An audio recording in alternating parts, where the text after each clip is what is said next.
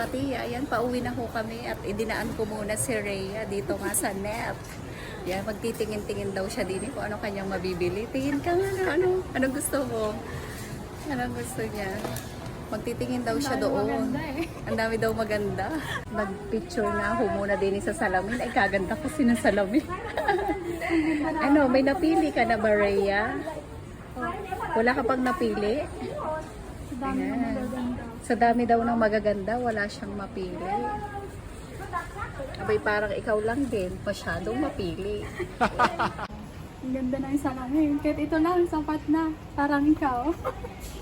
Sapat na. Wow, ganda naman ang hugot ni Rhea. Ikaw lang daw, sapat na. Char. Wow. Ala, bagay sa'yo yan. Ang ganda yun. Parang dapat bumili ako ng damit dito ah. Baka naman, net. Nag-ano na si ano. Baka naman, ano. Nai-promote na. Wow, gusto niya. Bagay sa'yo yan.